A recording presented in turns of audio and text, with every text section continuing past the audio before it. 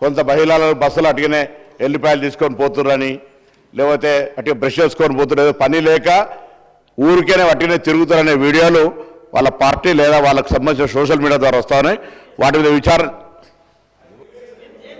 నేను విచారణ చేయమంటున్నా. నాకు ఇప్పుడు హుజురాబాద్ నుంచి జమ్మికుంట పోతుంటే బస్సులు అటుగానే ఎల్లిపాయలు తీసుకుంటూ పోతున్నారని వీడియోలో నేను ఎవరు చేసినా వాళ్ళు చేయకపోతే ఊరికే దొంగలు అంటే మీరేందుకు భుజాలు జరుపుకుంటా ఉన్నారు?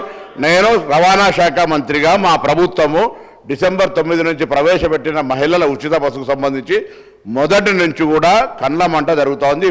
స్కీమ్ సక్సెస్ అయిందని ఆటోల కార్మికుల పేరు మీద ఒక మాట తీస్తూ ఉన్నారు. మీకు బస్సుల్లో మహిళలు ప్రయాణం చేయడం ఇష్టమా లేదా?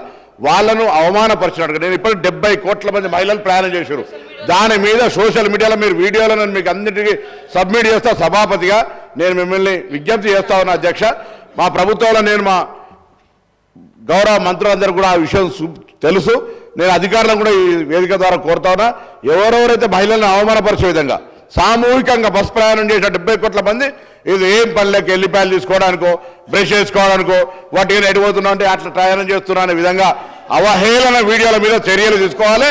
అదేవిధంగా మళ్ళీ టీఆర్ఎస్ పార్టీ స్టాండ్ అడుగుతున్న ఆటో కార్మికులకు సంబంధించి సూచన చేయండి. దానికి దీన్ని లెంక చేయకండి. మీరు మెట్రో తెచ్చినామన్నప్పుడు మేమందరం మెట్రోలో 5 లక్షల మంది ప్రయాణికులు అయిపోయి దాని ఇంపాక్ట్ ఆటోల మీద లేదా? ఊబరు ఓలా నచ్చినవి లేదా? ఇలా ఒక పరిణామం జరిగినప్పుడు ఇంకో పరిణామం మీద ప్రభావం పడితే ఆ పరిణామాన్ని ఏ విధంగా రిజాల్వ్ చేయడానికి సూచన చేయాలి తప్ప మహిళల మీద ఏదైతే కళ్ళమంట జరుగుతూ ఉందో, ప్రయాణం ఉచితంగా ఇచ్చినటువంటి కార్యక్రమం సక్సెస్ అయిందో, వాళ్ళకు సాధికారికత వస్తుందో దాని మీద ఊరికి ఏడవద్దు. నేను దయచేసి మీ ద్వారా ఒకటే కోరుతా ఉన్నా, వాళ్ళ మీద వచ్చిన అవహేళన వీడియోలు ఎవరు సృష్టిస్తే వాళ్ళు నిజంగా ప్రయాణం చేసే వాళ్ళు అటువంటి వీడియోలు తీసి పెడితే పర్లే, కావలసుకొని అటువంటి షూటింగ్ చేయించి పెట్టిన వాళ్ళ మీద తీరే తీసుకునే విధంగా గౌరవ సభాపతి ఆదేశించమని ఈ సందర్భంగా విజ్ఞప్తి చేస్తున్నాను. కేటీఆర్ గారు.